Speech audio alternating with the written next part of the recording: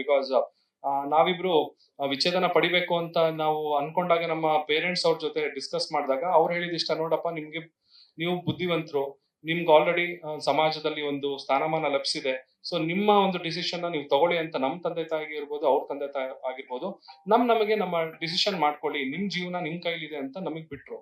So ಅವರೇ ಸುಮ್ನಿರ್ಬೇಕಾದಾಗ ಈ ಒಂದು ವ್ಯಕ್ತಿ ಯಾಕೆ ನಮ್ಮಿಬ್ಬರ ಪರ್ಸನಲ್ ಲೈಫ್ ಒಳಗಡೆ ಬಂದ್ಬಿಟ್ಟು ನಾವೇ ಇವಾಗ ಪರಸ್ಪರ ನಾವಿಬ್ರು ಮ್ಯೂಚುವಲ್ ಕನ್ಸೆಂಟ್ ಇಂದ ಇಬ್ಬರ ಒಪ್ಪಿಗೆ ಮೇರೆಗೆ ನಾವು ಮುಂದೆ ಬಂದು ವಿಚ್ಛೇದನ ಪಡೆದಿರೋದು. ಸೊ ನಾವೇ ಇಬ್ರು ಇವಾಗ ಖುಷಿಯಾಗಿರ್ಬೇಕು ಅಂತ ನಾವ್ ಇವಾಗ ಇದನ್ನ ಮಾಡಿದೀವಿ. ಸೊ ಇದ್ರ ಮಧ್ಯದಲ್ಲಿ ಮತ್ತೆ ನೀವು ಖುಷಿಯಾಗಿರ್ಬೇಡಿ, ನೀವು ಜಗಳ ಆಡ್ತಾನೆ ಇರ್ಬೇಕು ಅನ್ನೋ ಒಂದು ಮನಸ್ಥಿತಿ ಇಟ್ಕೊಂಡು ಯಾಕೆ ಬಂದು ನಮ್ಮಿಬ್ರು ಮಧ್ಯದಲ್ಲಿ ಇಲ್ಲದೆ ಇರುವಂತಹ ಒಂದು ಊಹಾಪೋಹಗಳನ್ನೆಲ್ಲ ನಮ್ಮ ಮನಸ್ಸಲ್ಲಿ ಬೀಜನ ಬಿತ್ತುತ್ತಾ ಇದ್ದೀರಾ ಅನ್ನೋದು ನನಗೆ ಗೊತ್ತಾಗ್ತಿಲ್ಲ. ದಯವಿಟ್ಟು ಇದನ್ನ ಇಲ್ಲಿಗೆ ನಿಲ್ಲಿಸ್ಬಿಡಿ.